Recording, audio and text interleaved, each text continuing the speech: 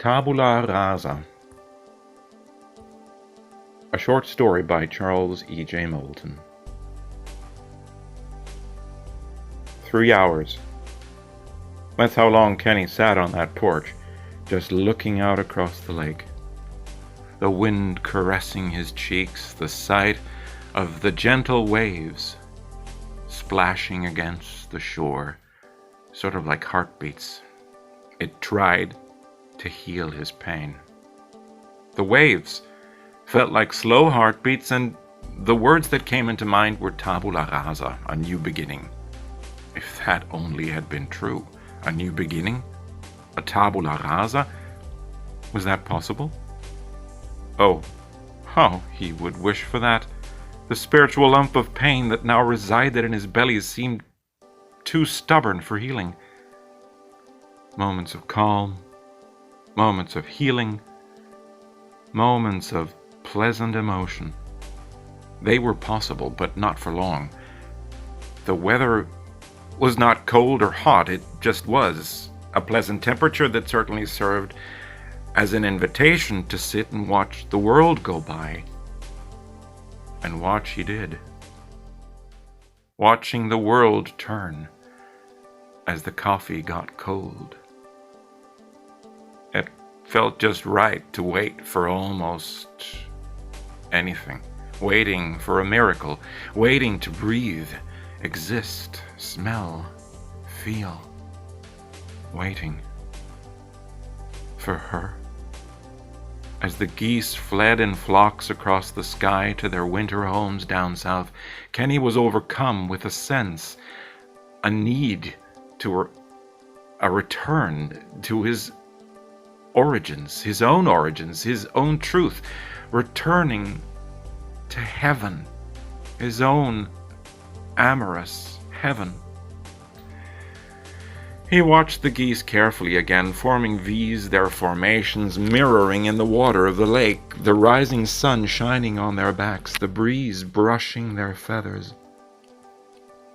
As they flew into the clouds past the horizon beyond the risen sun, Kenny realized the clouds themselves had a formation of their own.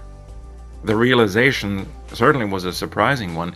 He gazed at the spectacular horizon, east and west, seeing that every cloud seemed to move in harmony with what must have been one wind pulling or pushing them forward. One energy source, just like the geese seemed to be driven south by one single energy. Kenny grew still, his half-full coffee cup resting in his left hand, the handle almost clutching his hand instead of the other way around. That formulation would have fit in one of his teenage novels. The sturdy handle of his genius at work cup was formed like a hand, so when he held on to that thing, it felt like he was clutching another hand. The hand that now was gone.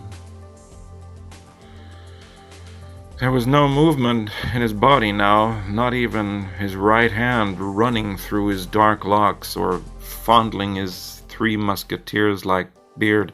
If a passerby, a mailman or a journalist maybe, would have taken a picture of Kenny at that very moment, the picture would show a man waiting for something he had lost.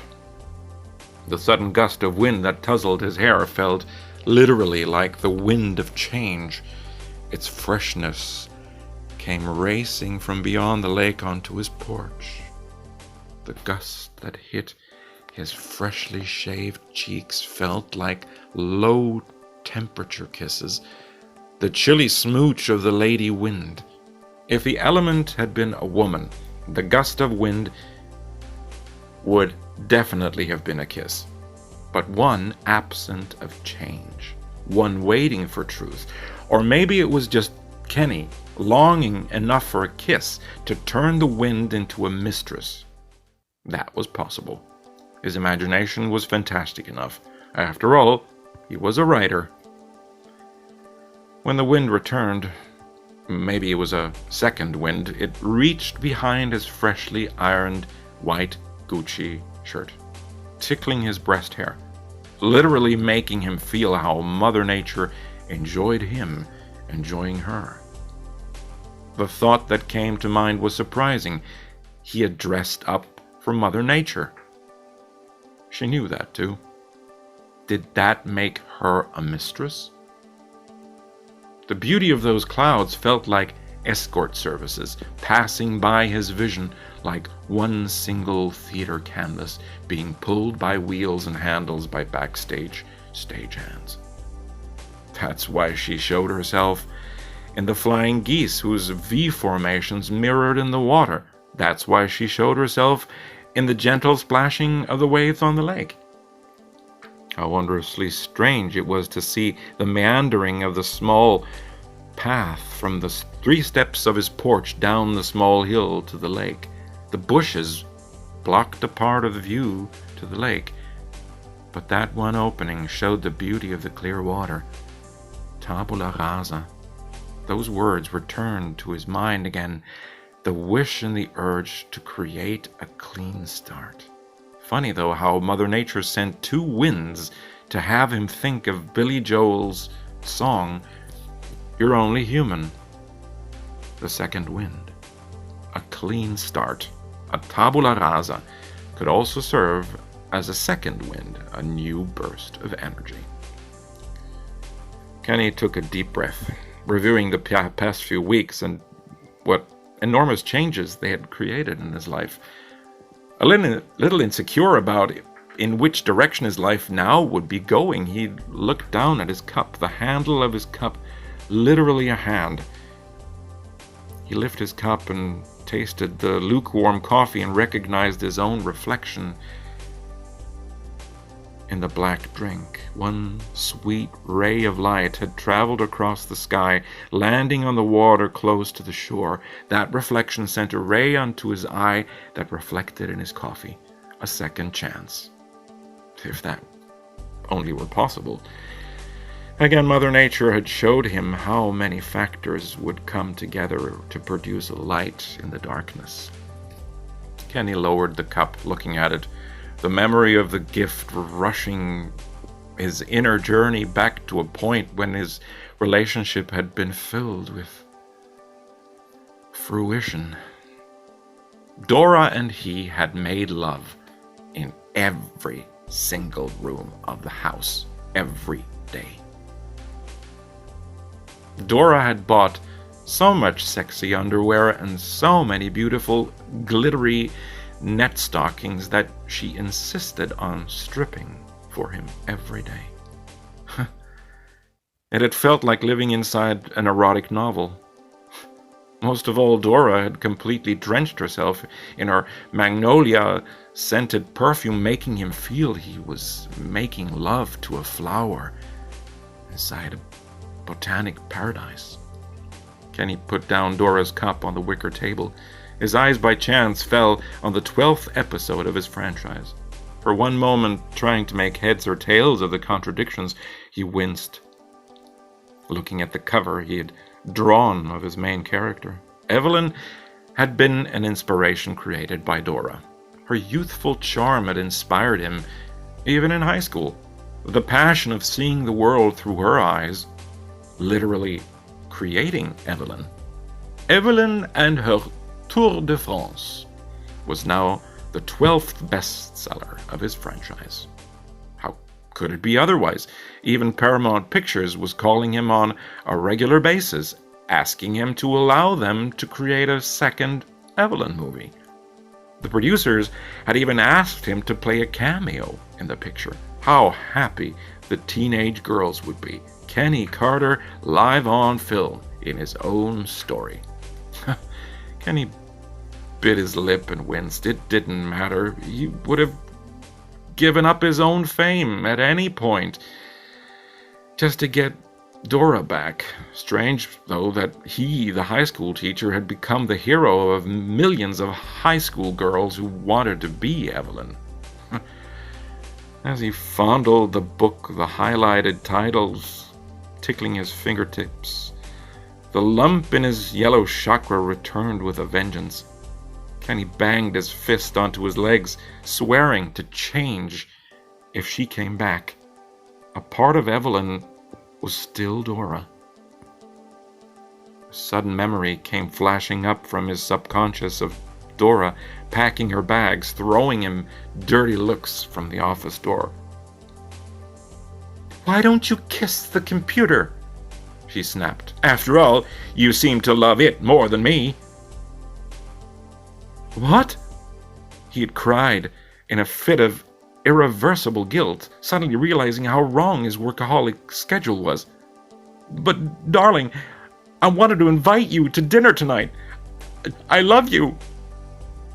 "Invite Evelyn to dinner, Kenny," she said, heading for the door. "She will never leave you." "But you are Evelyn, Dora," he had called to her as she headed for her car. "Please don't leave me. I will work less. I promise." "Dora?" he had sobbed. "What happened to us?" She winced at him, looking like someone that he didn't know.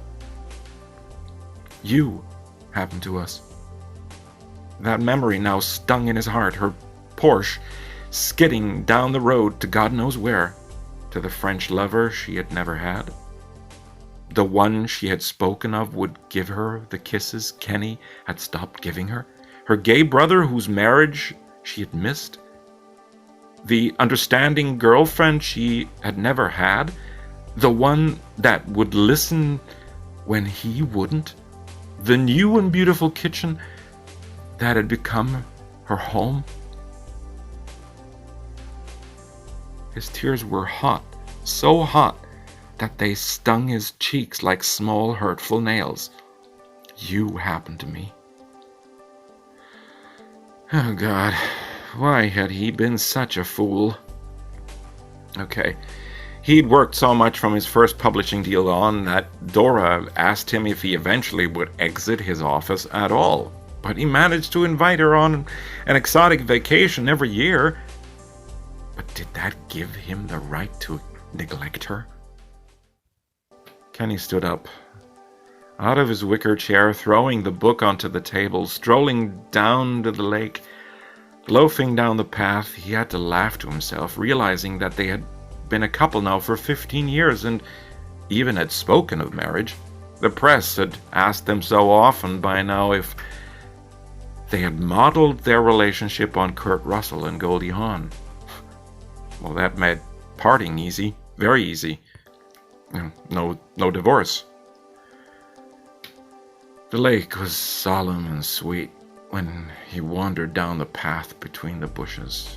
His favorite stone by the lake was still there, waiting for him to sit upon it. He had tried for 3 hours now to overcome that ridiculous pain in his heart, that horrid knife of guilt that now was implanted in his soul. Had he called escort services? Yes. Had he gotten seriously drunk on whiskey? Had he eaten pizza in front of vintage porn? Had he run through the house naked, screaming? Yes. All that had seemed to be energy wasted to no avail. Kenny buried his head in his hands, the hottest tears of his life now streaming down his cheeks. Never in his life had he felt so alone. The geese gone, the wind gone, the sun gone. He lifted his head, a successful dish of a man, the lake seeming like his only friend. The moment when Kenny stopped crying, he lifted his head, no idea why that feeling of comfort again arrived. Was it an angel? The sun again peeked through the clouds, sending its rays across the lake. Kenny looked across his lake, that wonderful sensation spreading from his bowels to his head. He stood up, looking up to that glowing ball of light in the sky, smiling. The sound of those leather slippers behind him reminded him of the first year after buying the house, the first year of the Evelyn franchise. That perfect year. He turned around, his black locks tousled, his eyes red, his heart beating fast. Was it a dream? Her, here? Mother Nature sending a wind that transported the smell of her magnolia perfume to his nostrils.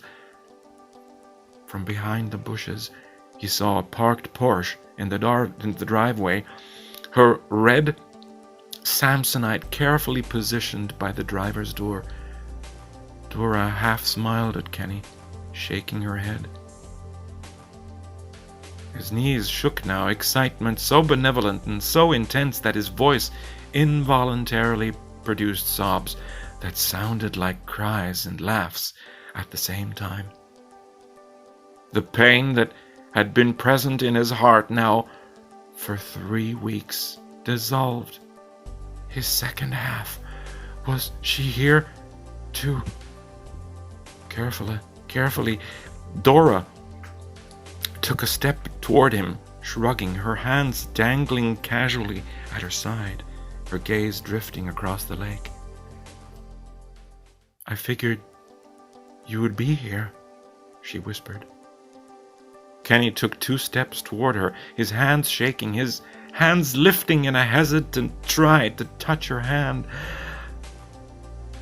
I've missed you, Dora, he said. Dora's eyes now gazed into his, making Kenny see into her soul, her perspective, realizing how miserable he had been, how wonderful it felt to have her back. If that was what it was. What was it? Dora came up to him, laying her arms around him, causing him to answer her deep kisses with an intensity that in many ways resembled the early days. On that beach, right then and there, Dora and Kenny undressed, for 10 minutes becoming one quantum body, one ball of subatomic divine energy, one light. As Kenny dived into her vagina with his manhood, he swore to himself not to forget her, not to take her for granted, to make regular breaks, to kiss her and love her and tell her she was his one and all. The woman that he had known now for 20 lives. As they came, in a mutual orgasm, he swore to listen to her. He swore to give her a new kitchen and give her a new soul.